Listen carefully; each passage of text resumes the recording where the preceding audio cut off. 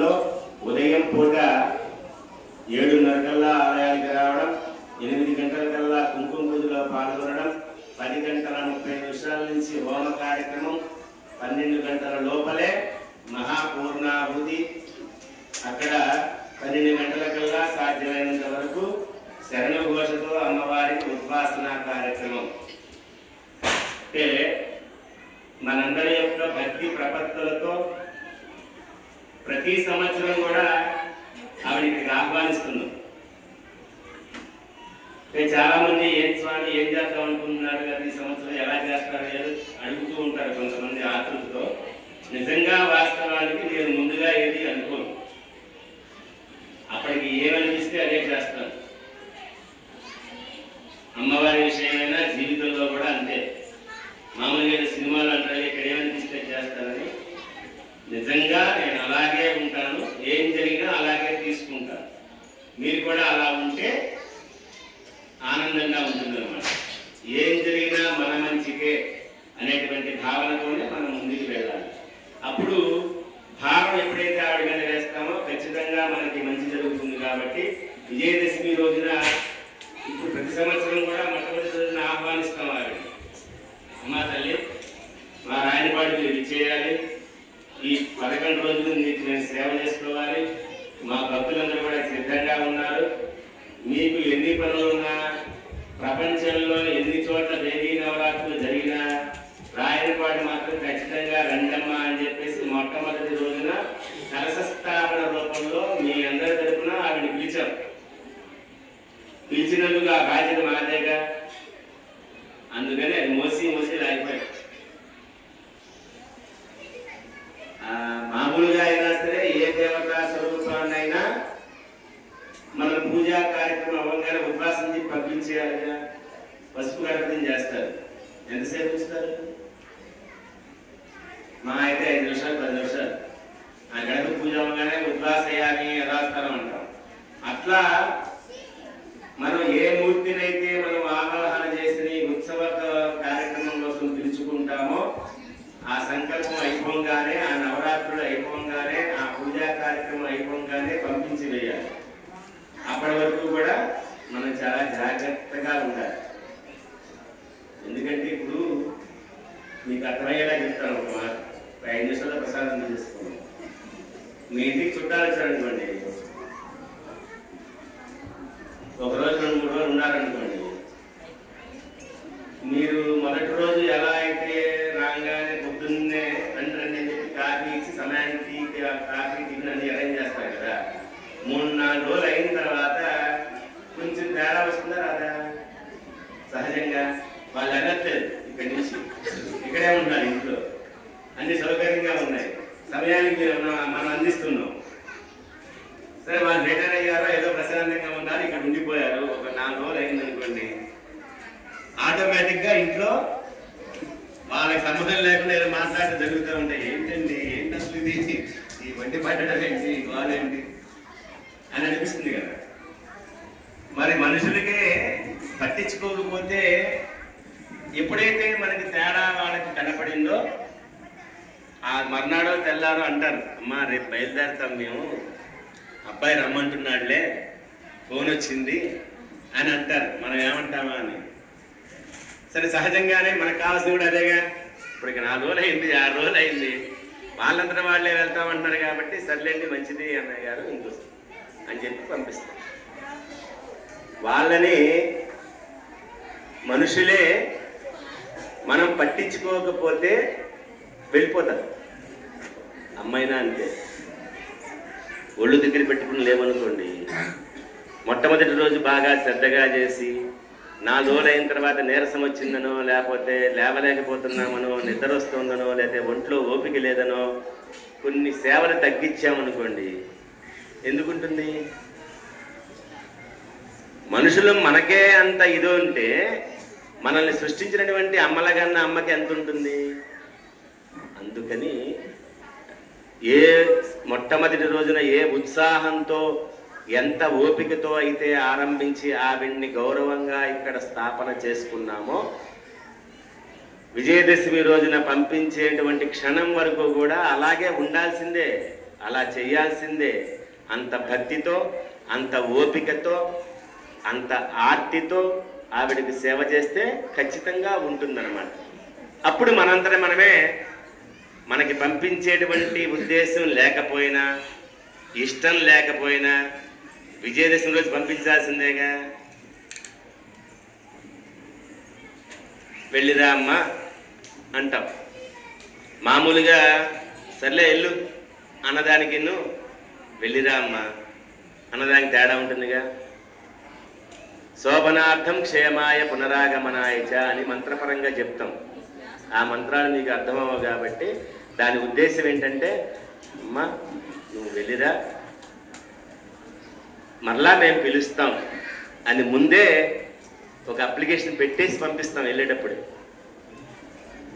ఏ దేవతామూర్తికైనా సరే ఖచ్చితంగా, ఎందుకు పసుపు గణపతిని చేసి పంపించినా కూడా ఖచ్చితంగా మళ్ళీ మేము పిలుస్తామని అంటాం. ఎందుకంటే ఏ శుభకార్యం చేసినా కూడా ముందే ఆయన పిలవాల్సిందేగా.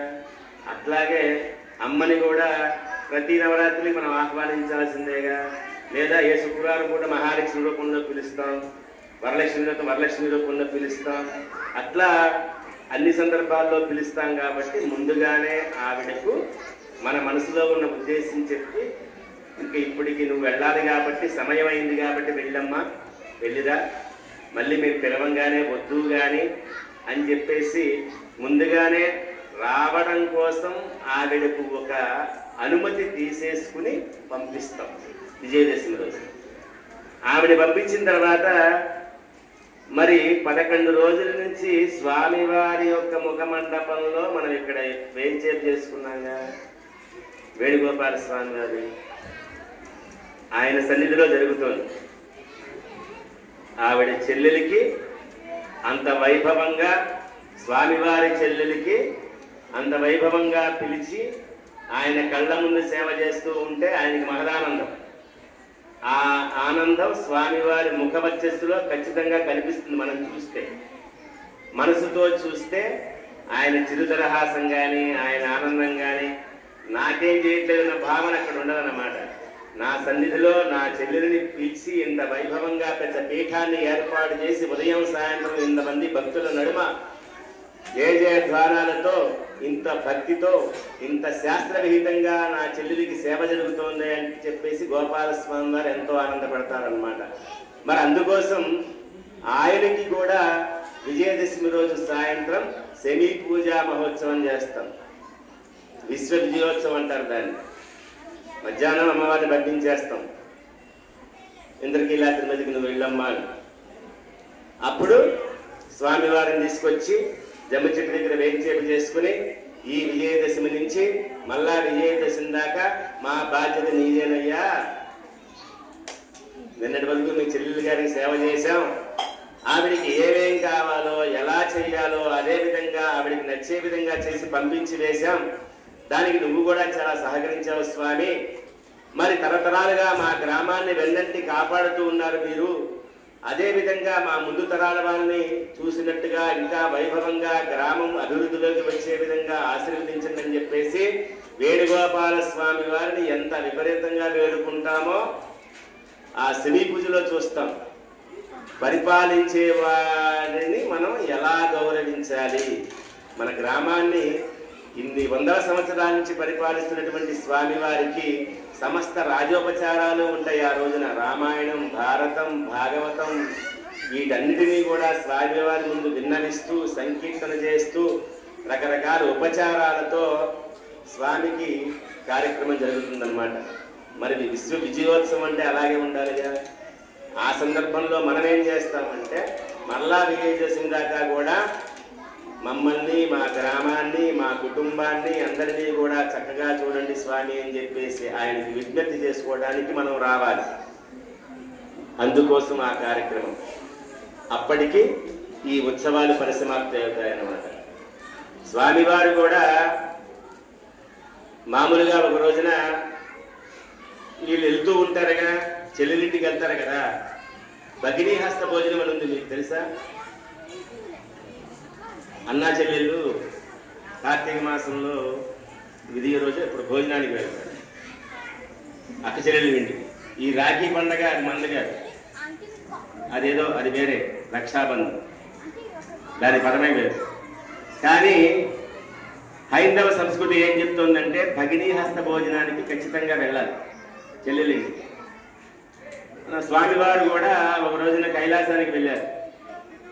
మరి భగినీ హస్త భోజనంగా పార్వతమ్మ గారు ఆహ్వానించిన అమ్మయారండి భోజనం చేద్దరు కానీ అని చెప్పేసి సరే అక్కడికి వెళ్ళారు.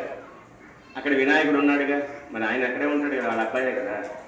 మామయ్య వచ్చాడుగా, కాసేపు ఆడుకున్నారు ఇద్దరు కూడా, స్వామివారును గణపతి.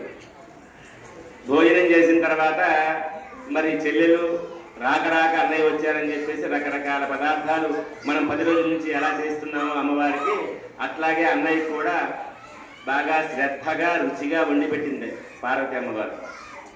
సరే స్వామివారు శుభ్రంగా భోజనం చేసిన తర్వాత చల్లబడిన తర్వాత వెళ్ళాలి, మరి వైకుంఠానికి వెళ్ళాలి కదా, నిదానంగా సాయంత్రం వెళ్ళాలని చెప్పేసి కొడుకుని విశ్రమిస్తారనమాట. నిద్రపోతున్నాడు ఆయన. సామాన్యంగా సుదర్శనమూర్తి ఎప్పుడు ఆయన చేతిలో ఉంటారు. అక్కడ చూడండి లోపల చక్రం ఉంటుంది, ఆ చక్రాన్ని పట్టుకునే ఉంటారు స్వామి. సరే నిద్రపోతున్నాం కదా ఏముందిలే అని చెప్పేసి సుదర్శనుడిని అక్కడ పక్కన పెట్టేసి స్వామివారు నిద్రపోతున్నారు. వినాయకుడు ఆడుకుంటూ అక్కడికి వచ్చాడు. ఇదేదో బాగా మెరిసిపోతాడు. సుదర్శనుడు అంటే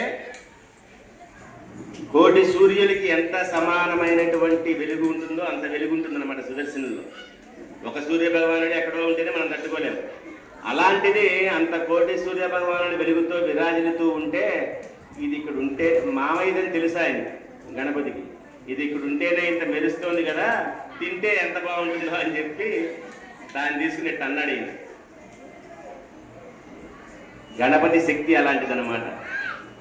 సుదర్శనమూర్తిని మింగేశాడు, లోపలికి వెళ్ళిపోయింది. సరే కాసేపు నిద్ర లేచిన తర్వాత స్వామివారు శ్రీ మహావిష్ణువు అటు ఇటు చూస్తున్నాడు. సుదర్శన అంటే పలకట్ల. ఆయన ఇంత పొద్ద అని మామూలుగానే ఆహార ప్రియుడు కాబట్టి ఇదేదో బాగుందని కొత్త రకం స్వీట్ ఏమో అమ్మ చేసిందేమో, రోజు చేయట్లేదు, మామయ్య కోసం వెరైటీ చేసిందేమో అని చెప్పేసి అది తినేసాడు ఆయన. సరే ఈయనకి అర్థమైంది, అది ఆయన బొజ్జలో ఉండిపోయాడు సుదర్శనుడు. అరే నా సుదర్శనుడు నాకు ఇవ్వరా, చాలా ఇబ్బందిరా, తొందరగా ఇవ్వరా అంటే ఈలోపు అక్కడో ఏదో సంఘటన జరిగింది.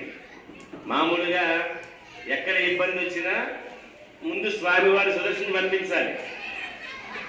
అక్కడేమో మహర్షులు మానవులు అలో లక్ష్మణ అని చెప్పేసి అయ్యా రాక్షసులు దాడి చేస్తున్నారు, మీరు తొందరగా కాపాడండి అంటే అది ఉంటేగా ఈయన కదలలేడు. అరే బుజ్జగిస్తూ బదిలినాడుతున్నాడు, అరే గణపతి ఇవ్వరా, అక్కడ ఇబ్బంది అవుతుందా, సుదర్శనుడు పనుందిరా అంటే నేనివ్వను అంటున్నాడు పన్ను.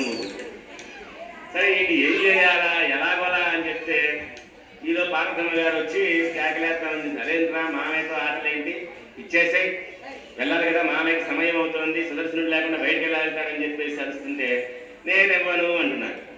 ఇంకేం చేయాలి ఏం చేస్తాడంటే శ్రీ మహావిష్ణువు ఈ 2 చేతులు ఇట్లా పెట్టేసి కూర్చుని లేచి చేస్తాడు. మామయ్య ఏదో విచిత్రంగా ప్రవర్తించడం చూసి గణపతి ఏం చేస్తాడంటే పెద్దగా నవ్వు వచ్చేస్తుంది దానికి, అంటాడు. ఆ పెద్దగా నవ్వేసరికి వాళ్ళ నోరు తెరవగానే సుదర్శనుడు ఒక్కసారి బయటపడతాడు అనమాట. అప్పటి నుంచి గుంజీలంటే వినాయకుడికి అంత ప్రీతి అయింది. శ్రీ మహావిష్ణువు ఏం చెప్పాడంటే, అరే బాబు మంచిది సుదర్శనుడు బయటకు వచ్చాడు ఎత్తగొట్ట అనుకుని ఈ క్షణం నుంచి గణపతిని ప్రసన్నం చేసుకోవాలంటే ఎవరైనా సరే ఈ విధంగా 2 చెవులు పట్టుకుని గుంజీలు తీస్తే వాళ్ళకి మంచి అనుగ్రహిస్తాడు, గణపతి బాగా అనుగ్రహిస్తాడని చెప్పేసి అప్పుడు శ్రీ మహావిష్ణువు వరమిచ్చాడు అనమాట మేనమామ ద్వారా. అంతటి ఆ సంబంధాలు అప్పట్లో అలా ఉండేవి. మరి అటువంటి స్వామివారి చెంత మనం ఆ అమ్మవారి నవరాత్రులు చేసుకుంటూ ఉన్నాం. ఇంత వైభవంగా ఉంది కాబట్టే వాళ్ళ అనుయాయత ఇంద్రకీలాద్రి నుంచి అమ్మవారు పిలవంగానే వచ్చేస్తుంది. ఇంకెక్కడికన్నా కాస్త ఆలస్యం చేస్తుందేమో కానీ రాయనపాడు వేణుగోపాల స్వామి దేవస్థానం నుంచి ఇంకా పిలుపు రాలేదేంటా అని చెప్పేసి ఆవిడ ఆలోచిస్తుంది అనడంలో ఎలాంటి సందేహం లేదు. లేకపోతే ఒక ఉత్సవాన్ని నిర్వహించడానికి ఎంతమంది ఎన్ని రకాలుగా సహకరించాలో అక్కడ ఉండి దాన్ని ఆకలింపు చేసుకుంటే కానీ తెలియదు అనమాట. మామూలుగా ఏదో 10 మంది నిలబడి నువ్వు ఈ పని చేయి, నువ్వు ఈ పని చేయి అని చెప్పేసి అప్పగించేసేసి ఒక పెద్ద ఆర్గనైజేషన్లో జరుగుతూ ఉంటాయి ఇంతటి ఉత్సవాలు. ఒక ఆలయానికి జరగాలి అంటే ఒక పెద్ద కమిటీ ఫామ్ అయిపోయి మెంబర్స్ అందరూ కూడా లైన్లో నుంచుని అక్కడ బాధ్యతలు పంచుకొని మీరు ఈ పని చేయండి, మీరు ఈ పని చేయండి, నువ్వు ఇలా వెళ్ళవా అలా వెళ్ళవా అని చెప్పేసి హడావిడి చేసేస్తే కానీ ఇలాంటి ఉత్సవాలు జరగవు. కానీ కేవలం భక్తుల సహకారంతో మీ అందరినీ మనసులోకి ఆ అమ్మవారును అయ్యవారు ప్రవేశించబట్టి ఇన్ని సంవత్సరాల నుంచి నిరాటంకంగా మనం చేసుకోగలుగుతున్నామంటే ఆవిడ కూడా వచ్చి ఇక్కడ కూర్చుని చేయించుకుంటున్నారనేటువంటి భావనతోనే. అదేవిధంగా మనము మానవ ప్రయత్నంగా మనం చేద్దాం, అమ్మ అనుగ్రహం కోసం ప్రాకులాడదాం. ఈ మిగిలి ఉన్నటువంటి 3 రోజులు కూడా ఆ మహాతల్లి సేవలో పాల్గొని భక్తి శ్రద్ధలతో ఆ అమ్మవారి యొక్క అనుగ్రహాన్ని పొందుదాం. సర్వే జనా సుఖినో భవంతు. స్వస్తి. ఏడుకొండలవాడ వెంకటరమణ గోవింద.